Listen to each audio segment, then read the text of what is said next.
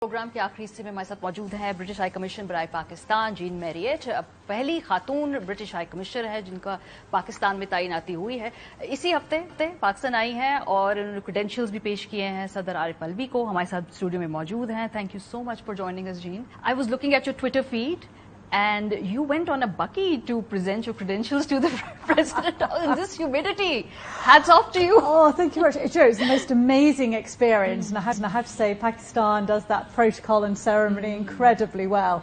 But yes, being on a landau, a horse-drawn carriage, being sort of along with the horseback and the bodyguards of the president was just a phenomenal experience. I'm utterly delighted to be here. And you landed here in the perfect Pakistani humid summer weather. So mangoes, though, mangoes. Absolutely, They're that's amazing. The only saving grace.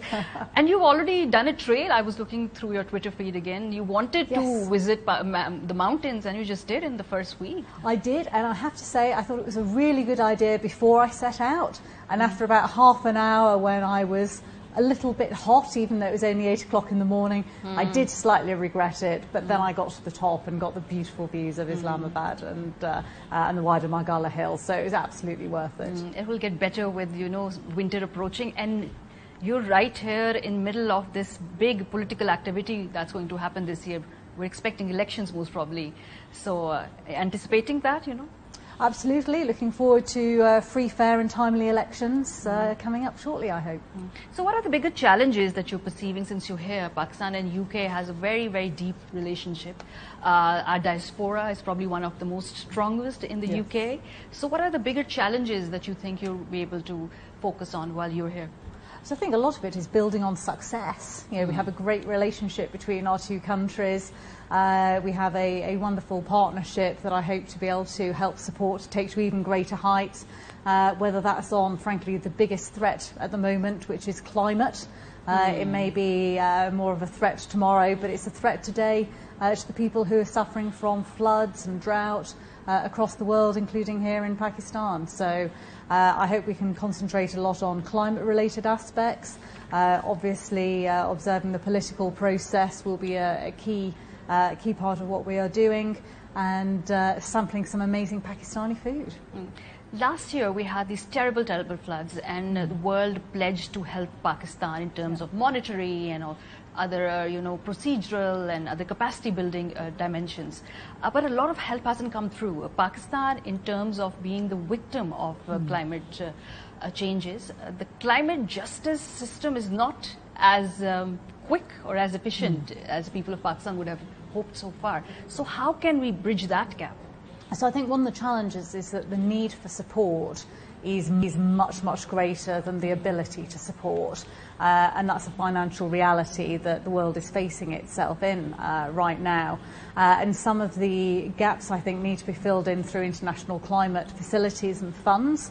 And the UK is putting £11.6 billion into the International Climate Facility funds, and I hope that we'll be able to leverage some of that here in Pakistan, because the problems are not going away, sadly. They're actually going to get worse, and the amount of money the world has to spend on this is not great. So building up resilience, adapting environments, but then also tackling some of the long-term challenges, which is why the COP summits, the climate summits that happen every year are really important.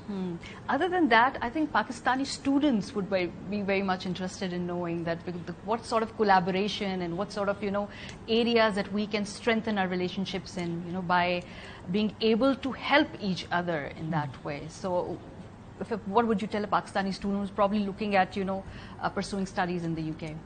Well, I mean, you already know about our great economic and education opportunities, the scholarships, particularly for masters. We'll be launching the next round of Chevening scholarships within the next month or so. So lots of opportunities for Pakistanis to study in the UK, and I hope bring skills back here. But also, I'd quite like to see some British students coming to learn from Pakistan. I would love to see more British people coming to Pakistan. We have, at any given moment, about 100,000 British people here in Pakistan. A lot of them are here to see extended friends and family. I'd quite like to see more tourism in there. I'm really looking forward to my first trip to the north to see the mountains. The fall in Hunza is beautiful, by the way. Yes? Yes, Okay. I went there 2 years ago to cover elections. I think fall would be beautiful. And I was just telling my viewers that you're the first woman who was, appointed as a High Commissioner in Pakistan. That's right. And how is that important, and why is that important? We must tell her. So in some ways I'd like it not to be important. I'd quite like it to be fairly routine. Oh, look, it's a female news anchor. Oh, look, it's a female High Commissioner. When are they going to send a man? They're always sending women. So I'd love for it to become more normalised. But for me, it's important as the first woman to begin that process of normalisation, that a woman can be a very good High Commissioner or a very bad High Commissioner, just as a man can be a very good or a very irrespective bad. of the gender. Exactly. Yeah. And would you be bringing your family along? Are they going to come? I'm hoping my parents will come and visit at some point. They're in their 80s and they're not very adventurous, but they have said, I've already told them so many great things about Pakistan that even though they're in their 80s, they'd like to hop on those BA direct flights and come and visit. Obviously, that would be a high-profile visit you would be anticipating on a personal level. But any other official high-profile visits you think you're looking forward to? I hope we'll have some in my 3-4 years here. I absolutely hope so, but no promises at this point, but working on it. Thank you so much, and welcome to Pakistan. I hope you have a great year and a great stay here.